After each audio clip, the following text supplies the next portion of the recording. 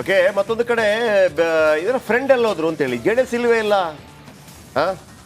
J D S ಇಲ್ವಾ? ಜೆ ಡಿ ಎಸ್ಗೆ ಕೊಟ್ಟಿದೆಯಾ ಬಿ ಜೆ ಪಿ ಏಕಾಂಗಿ ಹೋರಾಟವನ್ನು ಮಾಡ್ತಾ ಇದೆ. ಮುಡಾ ಹೋರಾಟದಲ್ಲಿ ಜಂಟಿಯಾಗಿದ್ದ ದೋಸ್ತಿಗಳು ಆಗಲೂ ಕೂಡ ಕಿರಿಕಿರಿ ಆಯಿತು, ಕೊನೆಗಳಿಗೆ ಅಡ್ಜಸ್ಟ್ಮೆಂಟ್ ಆಯಿತು. ಆಮೇಲೆ ಬಂದಿದ್ದರು ಕುಮಾರಸ್ವಾಮಿ ಅವರು. ಇದೀಗ ನಾನೊಂದು ತೀರ ನೀನೊಂದು ತೀರ ಆಗಿದೆ B J P J D S. ಹಾಗಿದ್ರೆ ಏನಿದು ದೂರ ಆಗ್ತಾ ಇದೆಯಾ? ಚುನಾವಣೆಗೆ ಮಾತ್ರ ಸೀಮಿತನ? ಏನು ಅರ್ಥ ಆಗ್ತಾ ಇಲ್ಲ. ಯಾಕೆಂತಂದರೆ ಜಂಟಿಯಾಗಿ ಮಾಡಿದರೆ ಇವರು ಪವರ್ಫುಲ್ ಆಗೋದಿಲ್ಲ, ಹಾಗೇನಾದರೂ ಇದೆಯಾ? ಅಥವಾ ಮೈಸೂರಾದ ಕಾರಣಕ್ಕಾಗಿ ಆಲ್ರೆಡಿ ಜೆ ಡಿ ಎಸ್ಸಲ್ಲಿ ಪವರ್ಫುಲ್ ಆದ ಕಾರಣಕ್ಕಾಗಿ ಅವರು ಜೆ ಡಿ ಎಸ್ ಅವರನ್ನು ಜೊತೆಗೆ ಸೇರಿಸ್ಕೊಳ್ಬೇಕಾಗಿತ್ತು. ಯಾಕಂದರೆ ಇಲ್ಲಿ ತನಕದ ಬಿ ಜೆ ಪಿಯ ದೊಡ್ಡ ಹೋರಾಟ ಅಥವಾ ಬಿ ಜೆ ಪಿಯ ಫೇಲ್ಯೂರ್ ಇರೋದೇ ಹಳೆ ಮೈಸೂರು ಭಾಗದಲ್ಲಿ. ಹಳೆ ಮೈಸೂರು ಭಾಗದಲ್ಲಿ ಒಂದು ಎಂಟ್ರಿ ಕೊಟ್ಟರೆ ಏನೋ ಒಂದು ದೊಡ್ಡದಾಗುತ್ತೆ ಅನ್ನೋಂಥ ವಿಶ್ವಾಸ ಇದೆ. ಆಮೇಲೆ ರಾಜಕೀಯ ನಾಯಕರು ಅದನ್ನು ಪ್ರಯತ್ನ ಪಟ್ಟಿದ್ರು. ನಿಜವಾಗ್ಲೂ ನೀವು ವಿಜಯೇಂದ್ರ ಬಗ್ಗೆ ಟೀಕೆ ಮಾಡ್ತಿರೋ, ಟಿಪ್ಪಣಿ ಮಾಡ್ತಿರೋ ಬೇರೆ ವಿಚಾರ. ವಿಜಯೇಂದ್ರ ಅನ್ನುವಂಥ ವಿಜಯೇಂದ್ರ ಶಿಕಾರಿಪುರದಿಂದ ಬಂದು ವರುಣಾದಲ್ಲಿ ಸ್ಪರ್ಧೆ ಮಾಡೋದಕ್ಕೆ ರೆಡಿಯಾಗಿ 2-3 ದಿನ ಪ್ರಚಾರ ಮಾಡಿ. ಹೌದು, ವರುಣ ಅಂದರೆ ಯಾರು? ಸಿದ್ದರಾಮಯ್ಯನವರ ಕ್ಷೇತ್ರ. ಈಗ ಯತೀಂದ್ರ ಸಿದ್ದರಾಮಯ್ಯ ಹೋಗಿ ಶಿಕಾರಿಪುರದಲ್ಲಿ ನಿಂತಾಗೆ, ಅಥವಾ ಯತೀಂದ್ರ ಸಿದ್ದರಾಮಯ್ಯ ಅಥವಾ ಮತ್ತೊಬ್ಬರು ಹೋಗ್ಬಿಟ್ಟು ಈ ರಾಮನಗರ ಅಥವಾ ಹಾಸನದಲ್ಲಿ ನಿಂತಾಗೆ ಹೋಗಿ ನಿಂತಿದ್ರು. ಅಲ್ಲಿಯೇ ಭಾಳ ದೊಡ್ಡವಾಗಿ ಬಿ ಜೆ ಪಿಗೆ ಬೇಕಿದ್ದಂಥದ್ದು. ಅದನ್ನು ಸರಿ ಮಾಡಿ ಆ ಹಳೆ ಮೈಸೂರು ಭಾಗದಲ್ಲಿ ವೀಕ್ ಇದೀವಿ ಅನ್ನೋ ಕಾರಣಕ್ಕಾಗಿಯೇ ಜೆ ಡಿ ಎಸ್ ಜೊತೆ ಮೈತ್ರಿ ಮಾಡಿಕೊಂಡಿದ್ದು. ಆದರೆ ಇವತ್ತಿನ ಹೋರಾಟದಲ್ಲಿ ಜೆ ಡಿ ಎಸ್ಸನ್ನು ಜೊತೆಗೆ ತೆಗೆದುಕೊಂಡು ಹೋಗ್ತಾ ಇಲ್ಲ. ಅದರ ಬಗ್ಗೆ ಮಾತಾಡಿದ್ದಾರೆ ಆರ್ ಅಶೋಕ್. ಮತ್ತೊಮ್ಮೆ ನಮ್ಮ ಪ್ರತಿನಿಧಿ ಜೊತೆ ಏನು ಹೇಳಿದ್ದಾರೆ ಕೇಳಿಸ್ಕೊಂಡು ಬನ್ನಿ.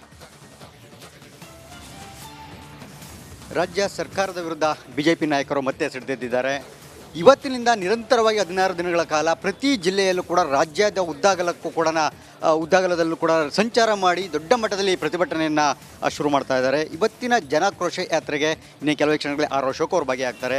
ಅದರ ಕುರಿತಂತೆ ಮಾತಾಡ್ತಾ ಹೋಗೋಣ. ಸರ್, ಇವತ್ತಿನ ಜನಾಕ್ರೋಶ ಯಾತ್ರೆ ಅದು ಮೂಢ ನಂತರದ ಇದು ಮತ್ತೊಂದು ದೊಡ್ಡ ಮಟ್ಟದಲ್ಲಿ ಬೃಹತ್ ಹೋರಾಟ ಆಗ್ತಾ ಇರತಕ್ಕಂಥ, ಇದನ್ನು ಕೂಡ ಮೂಢ ಯಾತ್ರೆಯಷ್ಟೇ ಪರಿಣಾಮಕಾರಿಯಾಗಿ ಆಗುತ್ತಾ? ಇವತ್ತು ನಾವು ಮೈಸೂರಲ್ಲಿ ಜನಾಂದೋಲನ ಕಾರ್ಯಕ್ರಮಕ್ಕೆ ಹೋಗ್ತಾ ಇದ್ದೀರಿ. ಇಲ್ಲಿ ಬೆಲೆ ಏರಿಕೆ ಇರ್ಬೋದು, ಬಿ ಜೆ ಪಿ ಕಾರ್ಯಕರ್ತರನ್ನ ಮೇಲೆ ಹಲ್ಲೆ ಇರ್ಬೋದು, ಹತ್ಯೆ ಇರ್ಬೋದು, ಈ ವಿಚಾರವಾಗಿ ಮತ್ತು ಮುಸ್ಲಿಮರ 4% ಏನು ಮೀಸಲಾತಿ ಕೊಡೋ ಮುಖಾಂತರ ಹಿಂದೂಗಳಿಗೆ ಏನು ಅನ್ಯಾಯ ಮಾಡ್ತಾ ಇದ್ದಾರೆ, ಇದರ ವಿರುದ್ಧವಾದಂಥ ಒಂದು ದೊಡ್ಡ ಹೋರಾಟವನ್ನು ನಾವು ಮಾಡ್ತಾಯಿದ್ರಿ. ಹಿಂದೆನೂ ಕೂಡ ಮೂಢ ಹಗರಣದಲ್ಲಿ 14 ಸೈಟನ್ನು ನುಂಗಿದ ಸಿದ್ದರಾಮಯ್ಯನ ವಿರುದ್ಧ ನಾವು ಹೋರಾಟವನ್ನು ಮಾಡಿದ್ರಿ. ಈಗ ಅದೇ ರೀತಿ ಈ ಬೆಲೆ ಏರಿಕೆ, ಪೆಟ್ರೋಲ್ ಇರ್ಬೋದು, ಹಾಲು, ಆಲ್ಕೋಹಾಲು, ಸ್ಟ್ಯಾಂಪ್ ಏನೇನಿದೆಯೋ ಎಲ್ಲ ಬೆಲೆ ಏರಿಕೆಗಳನ್ನು ಮಾಡ್ತಾ ಇದ್ದಾರೆ. ಇದು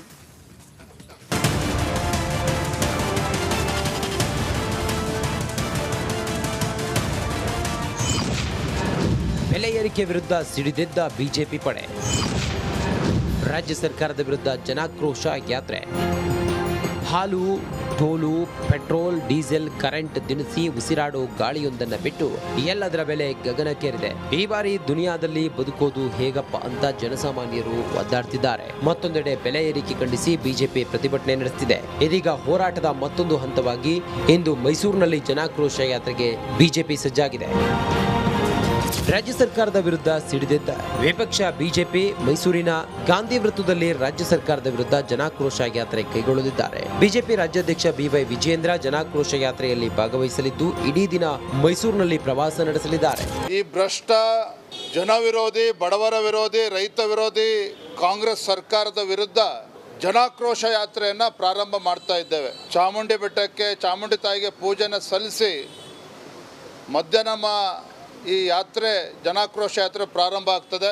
16 ದಿನಗಳ ಕಾಲ ಇಡೀ ರಾಜ್ಯವ್ಯಾಪಿ ಈ ಬೆಲೆ ಏರಿಕೆ, ಮುಸ್ಲಿಮರ ಓಲೈಕೆ ವಿರುದ್ಧವಾಗಿ ಒಂದು ಜನಾಂದೋಲನವನ್ನು ಮಾಡ್ತಾ ಇದ್ದೀರಿ. 4 ಹಂತದ ಒಂದು ಹೋರಾಟವನ್ನು ನಾವು ಮಾಡ್ತಾ ಇದ್ದೀರಿ. ಮೈಸೂರು ಭಾಗ ಇರ್ಬೋದು, ಹೈದರಾಬಾದ್ ಕರ್ನಾಟಕ ಇರ್ಬೋದು, ಮುಂಬೈ ಕರ್ನಾಟಕ, ಈ ಥರ ಏನೇನು ಕೋಸ್ಟಲ್ ಭಾಗ, ಈ ಥರದ್ದೆಲ್ಲ ಭಾಗಗಳಿದೆ. ಅದನ್ನು ಡಿವೈಡ್ ಮಾಡಿ 4 ಹಂತದಲ್ಲಿ ಈ ಹೋರಾಟವನ್ನು ನಾವು ಮಾಡ್ತಾ ಇದ್ದೀರಿ. ಬೆಳಿಗ್ಗೆ ಮೈಸೂರು ತಾಲೂಕು ಮಾದನಹಳ್ಳಿಯಲ್ಲಿ ಧಾರ್ಮಿಕ ಸಭೆಯಲ್ಲಿ ವಿಜಯೇಂದ್ರ ಭಾಗಿಯಾಗಲಿದ್ದಾರೆ. ಮಧ್ಯಾಹ್ನ ಚಾಮುಂಡಿ ಬೆಟ್ಟದ ವಿಶೇಷ ಪೂಜೆ ಸಲ್ಲಿಕೆ ಬಳಿಕ ಜನಾಕ್ರೋಶ ಯಾತ್ರೆಯಲ್ಲಿ ಭಾಗಿಯಾಗಲಿದ್ದಾರೆ. ಜನಾಕ್ರೋಶ ಯಾತ್ರೆಗೆ ಡಿಕೆಶಿ ಕೌಂಟರ್. ಆಕ್ರೋಶ ಅವ್ರಿಗೇನಾಗಿರಬೇಕು, ಜನಕ್ಕೇನಿಲ್ಲ.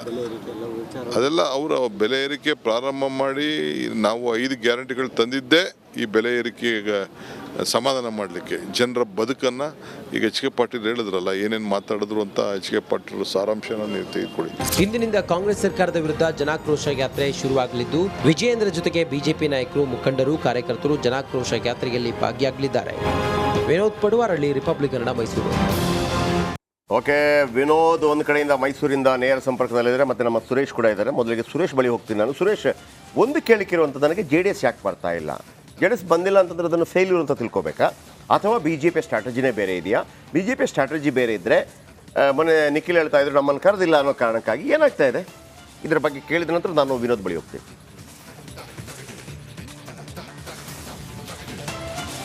ಎಸ್ ಜಯಪ್ರಕಾಶ್, ಒಂದು ಪಕ್ಷದ ಎರಡೂ ಪಕ್ಷಗಳಲ್ಲಿ ಆಂತರಿಕವಾಗಿ ನಡೆತಿರ್ತಕ್ಕಂಥ ವಿಚಾರ ಅಂತ ಹೇಳೋದಾದರೆ ಎಲ್ಲೋ ಒಂದು ಕಡೆ ಕ್ರೆಡಿಟ್ ವಾರ್ಗೋಸ್ಕರನೇ ಇದು ಆಗ್ತಾ ಇದೆ ಅಂತಕ್ಕಂಥದ್ದು. ಹೀಗಾಗಿಯೇ ಇಬ್ಬರ ನಡುವೆ ಅಂದರೆ ಜೆ ಡಿ ಎಸ್ ಮತ್ತು ಬಿ ಜೆ ಪಿಯ ನಡುವೆ ಒಂದಷ್ಟು ಸಮನ್ವಯ ಕೊರತೆ ಕೂಡ ಇರತಕ್ಕಂಥದ್ದು. ಯಾಕೆಂದರೆ ಈ ಹಿಂದೆ ಮೂಢ ಯಾತ್ರೆ ಆದಂಥ ಸಂದರ್ಭದಲ್ಲೂ ಕೂಡ ಕುಮಾರಸ್ವಾಮಿ ಒಂದಷ್ಟು ಅಬ್ಜೆಕ್ಷನನ್ನು ಮಾಡಿದರು. ಏಕೆಂದರೆ ಎಲ್ಲಿ ನಿಖಿಲ್ ಕುಮಾರಸ್ವಾಮಿ ಅವರು ಈ ಬಿ ಜೆ ಪಿಯ ಹೋರಾಟದಲ್ಲಿ ನಿಖಿಲ್ ಮರೆಯಾಗಿಬಿಡ್ತಾರೋ ಅಂತಕ್ಕಂತಹ ಒಂದಷ್ಟು ಆತಂಕ ಕೂಡ ಜೆ ಡಿ ಎಸ್ ನಾಯಕರಿಗೆ ಇತ್ತು. ಅಂತಹ ಒಂದು ಸಲಹೆಯನ್ನು ಕುಮಾರಸ್ವಾಮಿ ಅವರಿಗೆ ಅವರ ಕೆಲ ನಾಯಕರಿಗೆ ಅವರ ಆಪ್ತರು ಕೊಟ್ಟಿದ್ರು ಅಂತಕ್ಕಂಥದ್ದು ನಮಗಿರುವಂಥ ಮಾಹಿತಿ. ಸೊ ಈ ಬಾರಿಯೂ ಕೂಡ ಎಲ್ಲೋ ಒಂದು ಕಡೆ ಜೆ ಡಿ ಎಸ್ನವರು ಬಿ ಜೆ ಪಿಯ ಹೋರಾಟಕ್ಕೆ ಬೆಂಬಲ ಕೊಟ್ಟರೆ, ಅದೆಲ್ಲೋ ಒಂದು ಕಡೆ ಜೆ ಡಿ ಎಸ್ನ ಹೋರಾಟ, ಬಿ ಜೆ ಪಿ ಹೋರಾಟ ಎರಡರ ಮಧ್ಯೆ ಅದು ಕೊನೆಗೆ ಬಿ ಜೆ ಪಿಯ ಹೋರಾಟ ಅಂತಲೇ ಹೈಲೈಟ್ ಆಗ್ತಾ ಇರ್ತಕ್ಕಂಥದ್ದು ಈಗಾಗಲೇ ಎರಡು ಪಕ್ಷಗಳು ಆಗ್ತಾ ಇರ್ತಕ್ಕಂಥದ್ದು, ಚರ್ಚೆ ಆಗ್ತಾ ಇರ್ತಕ್ಕಂಥದ್ದು. ಹೀಗಾಗಿಯೇ ಜೆ ಡಿ ಎಸ್ನವರು ಈ ಬಾರಿಯ ಹೋರಾಟಕ್ಕೆ ಬೆಂಬಲವನ್ನು ಕೊಟ್ಟಿಲ್ಲ ಅಂತಕ್ಕಂಥದ್ದು ನಮಗಿರುವಂತಹ ಮಾಹಿತಿ ಇದೆ. ಈ ವಿಚಾರನೆ ಈ ಸದ್ಯಕ್ಕೆ ರಾಜಕೀಯವಾಗಿ ಕೂಡ ಎರಡು ಪಕ್ಷಗಳಲ್ಲೂ ಕೂಡ ಚರ್ಚೆ ಆಗ್ತಾ ಇರ್ತಕ್ಕಂಥದ್ದು. ಇನ್ನು ಒಂದು ಕಡೆ ಆದರೆ, ಮತ್ತೊಂದು ಕಡೆ ಈ ಮುಂಚೆನೂ ಕೂಡ ನಮಗೆ ಗೊತ್ತಿರೋ ಹಾಗೆ ಸದನ ಅಧಿವೇಶನ ಶುರುವಾಗೋದಕ್ಕೂ ಮುಂಚೆನೂ ಕೂಡ ಒಂದು ಸಮನ್ವಯ ಸಮಿತಿಯ ಸಭೆಯನ್ನು ಕರೆದಿದ್ರು ಒಂದು ಖಾಸಗಿ ಹೋಟೆಲ್ನಲ್ಲಿ. ಆ ಸಂದರ್ಭದಲ್ಲಿ ಆರ್ ಅಶೋಕ್, ವಿಜಯೇಂದ್ರ ಸೇರಿದಂತೆ ಕುಮಾರಸ್ವಾಮಿ ಅವರು ಕೂಡ, ಹಾಗೆ ಜೆ ಡಿ ಎಸ್ ಎಲ್ಲ ನಾಯಕರು ಕೂಡ ಭಾಗಿಯಾಗಿದ್ದರು. ಆದರೆ ಅವರ ಒಂದು ಸಮನ್ವಯ ಸಮಿತಿ ಕೇವಲ ಅಧಿವೇಶನದ ಒಳಗೆ ಮತ್ತು ಸದನದ ಒಳಗೆ ಮಾತ್ರ ಆಗಿರ್ತಕ್ಕಂಥದ್ದು. ಆದರೆ ಹೊರಗೆ ಬಿ ಜೆ ಪಿಯ ಯಾವುದೇ ರೀತಿಯ ಹೋರಾಟಗಳು, ಬಾಹ್ಯ ಹೋರಾಟಗಳು ಏನಿರುತ್ತೆ ಅದು ಯಾವುದಕ್ಕೂ ಕೂಡ ಜೆ ಡಿ ಎಸ್ನವರು ಬೆಂಬಲ ಇಲ್ಲ ಅಂತಕ್ಕಂಥದ್ದು ಈ ಹೋರಾಟದ ಮೂಲಕ ಬಹಳ ಸ್ಪಷ್ಟವಾಗಿ ಗೊತ್ತಾಗ್ತಕ್ಕಂಥದ್ದು. ಓಕೆ ಓಕೆ ಓಕೆ ಅದ್ರ ಏನು ಉತ್ತರವನ್ನು ನನಗೆ ಕಂಪ್ಲೀಟಾಗಿ ಏನು ಸಮಾಧಾನ ತರ್ತಿಲ್ಲ. ವಿನೋದ್ ಕೇಳ್ತೀನಿ, ಮೈಸೂರು ಬಿ ಜೆ ಪಿ ಜನಾಕ್ರೋಶ ಯಾತ್ರೆಗೆ ವಿನೋದ್, ಯಾವ ರೀತಿ ಬಿ ಜೆ ಪಿ ಸಜ್ಜುಗೊಳ್ತಾ ಇದೆ?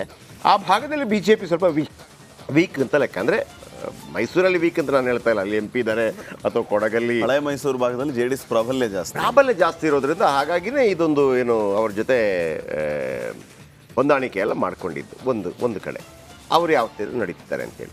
ಜೆ ಡಿ ಎಸ್ ಜೊತೆ ಯಾಕಿಲ್ಲ, ಜೊತೆಯಾಗಿ ಯಾಕೆ ಹೋಗ್ತಾ ಇಲ್ಲ? ಓವರ್ಟೇಕ್ ಯಾರಾದರೂ ಮಾಡ್ತಾರೆ ಅಂತನಾ, ಅಥವಾ ಅಗತ್ಯ ಇಲ್ಲ ಅಂತನಾ? ಏನು ಸ್ಟ್ರಾಟಜಿ ಅದು? ಅದರ ಬಗ್ಗೆ ಹೇಳಿದ ನಂತರ ನನಗೆ ಹೋರಾಟದ ಬಗ್ಗೆ ಹೇಳಿ ದಯವಿಟ್ಟು.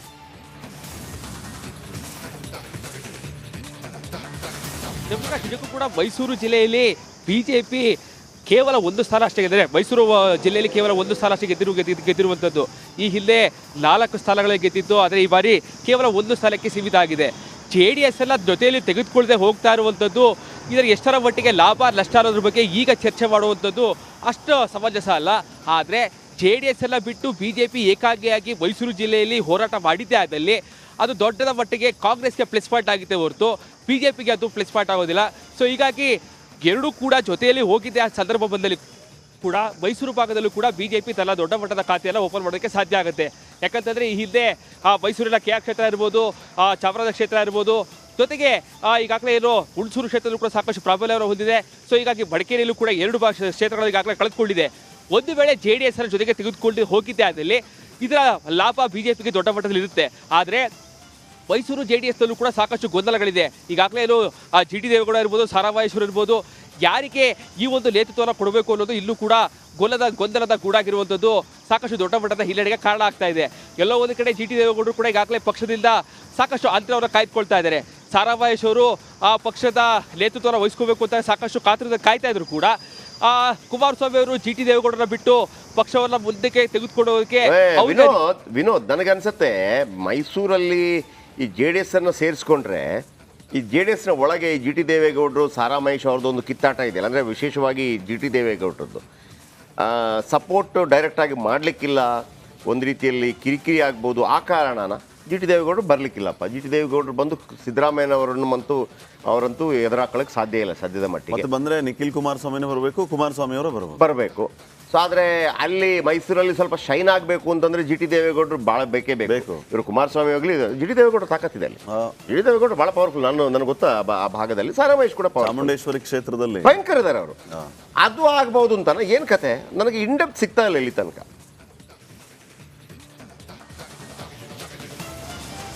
ನಿಜಕ್ಕೂ ಕೂಡ ಜಿ ಟಿ ದೇವೇಗೌಡರನ್ನ ಜೊತೆಗೆ ತೆಗೆದುಕೊಂಡೆ ಹೋದಲ್ಲಿ ಮಾತ್ರ ಮೈಸೂರಲ್ಲಿ JDS ದೊಡ್ಡ ಮಟ್ಟಕ್ಕೆ ಪ್ಲಸ್ ಆಗುತ್ತೆ. ಎಲ್ಲೋ ಒಂದು ಕಡೆ ಜಿ ಟಿ ದೇವೇಗೌಡರು ಪಕ್ಷದಿಂದ ದೂರ ಆಗ್ತಾ ಇರುವಂಥದ್ದು, ಕಾರ್ಯಕರ್ತರಲ್ಲೂ ಕೂಡ ಸಾಕಷ್ಟು ಅಸಮಾಧಾನ ಇದೆ.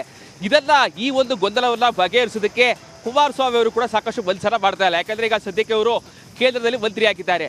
ಇಲ್ಲಿ ಉಳಿದಂತೆ ದೊಡ್ಡಗೌಡರು ಮನಸ್ಸು ಮಾಡಿದ್ರೆ ಕೇವಲ ಒಂದು ಕ್ಷಣದಲ್ಲಿ ಈ ಒಂದು ಸಮಸ್ಯೆನ ಬಗೆಹರಿಸಬಹುದು. ಆದರೆ ದೊಡ್ಡಗೌಡರು ಕೂಡ ಈ ಒಂದು ಸಮಸ್ಯೆನ ಬಗೆಹರಿಸೋಕ್ಕೆ ಮುಂದಾಗ್ತಾ ಇಲ್ಲ. ಸೊ ಇದು ಈಗ ಸಾಕಷ್ಟು ದೊಡ್ಡ ಮಟ್ಟದ ಹಿನ್ನಡೆಗೆ ಕಾರಣ ಆಗ್ತಾ ಇರುವಂಥದ್ದು. JDS ಮತ್ತು BJP ಒಟ್ಟಿಗೆ ಹೋದಲ್ಲಿ ಮಾತ್ರ ಮೈಸೂರು ಜಿಲ್ಲೆಯಲ್ಲಿ ದೊಡ್ಡ ಮಟ್ಟದ ಯಶಸ್ಸನ್ನು ಕಾಣೋದಕ್ಕೆ ಸಾಧ್ಯ ಆಗುತ್ತೆ.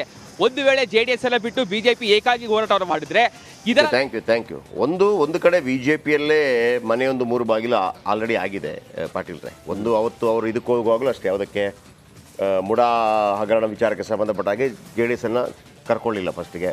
ಆಮೇಲೆ ಸಿಡಿದಿದ್ರು ಕುಮಾರಸ್ವಾಮಿ. ಆಯ್ತು, ಕೊನೆಗೂ ಜೊತೆಗೆ ಹೋದರು, ನಾನು ನೀನು ಅಂದ್ಕೊಂಡು ಹೋದರು. ಬಸನಗೌಡ ಪಾಟೀಲ್ ಎತ್ತನರು ಬರಲಿಲ್ಲ ಆಗ. ಆಮೇಲೆ ರಮೇಶ್ ಜಾರಕಿಹೊಳಿ ಬರಲಿಲ್ಲ, ಅಲ್ಲಿ ಕಿರಿಕಿರಿ ಆಯಿತು. ಆಮೇಲೆ ಇವರು ಬರಲಿಲ್ಲ, ಯಾರು ಸರಿಯಾಗಿ ಸ್ಪಂದಿಸಲಿಲ್ಲ. ಯೋಗೇಶ್ವರ್ BJPಯಲ್ಲೇ ಇದ್ದರು ಆಗ, ಸ್ಪಂದಿಸಲಿಲ್ಲ.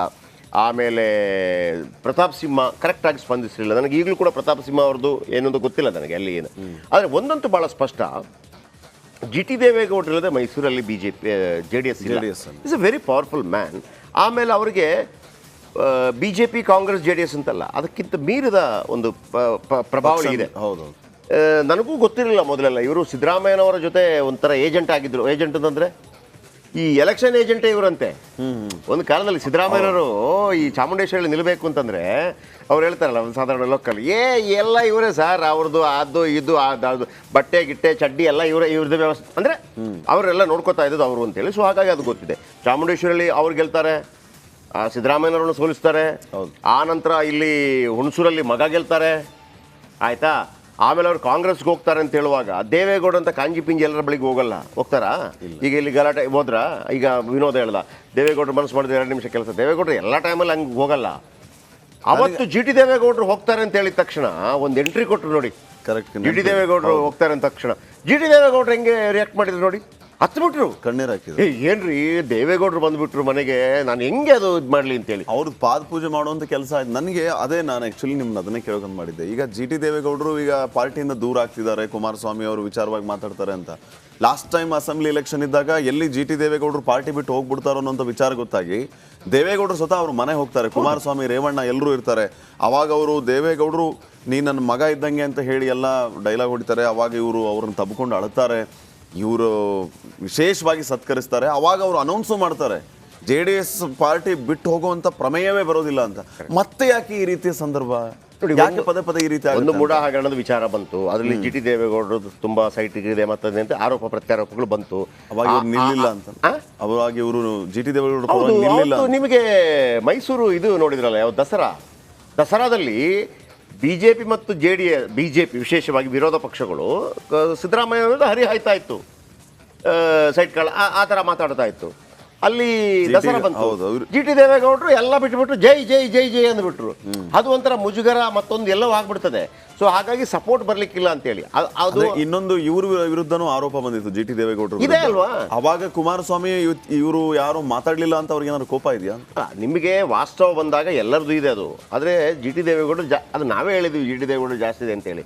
ಈಗ ಸದ್ಯಕ್ಕೆ ಏನು ಗೊತ್ತಾ, ಯಾರ ಜೊತೆ ನಿಂತಾರೆ ಸೇಫ್ ಜಿ ಟಿ ದೇವೇಗೌಡರು? BJP ಜೊತೆ ನಿಂತ್ರೇನ, ಕುಮಾರಸ್ವಾಮಿ ಜೊತೆ ನಿಂತ್ರೇನ, ದೇವೇಗೌಡರ ಜೊತೆ ನಿಂತ್ರೇನ, ಸರ್ಕಾರ ಜೊತೆ ನಿಂತ್ರೇನ? ಮತ್ತೆ ಈಗ ಅಂತರ ಕಾಯ್ಕೊಳ್ಳೋಕೆ ಏನ್ ಕಾರಣ ಅಂತ JDS ನಿಂದ?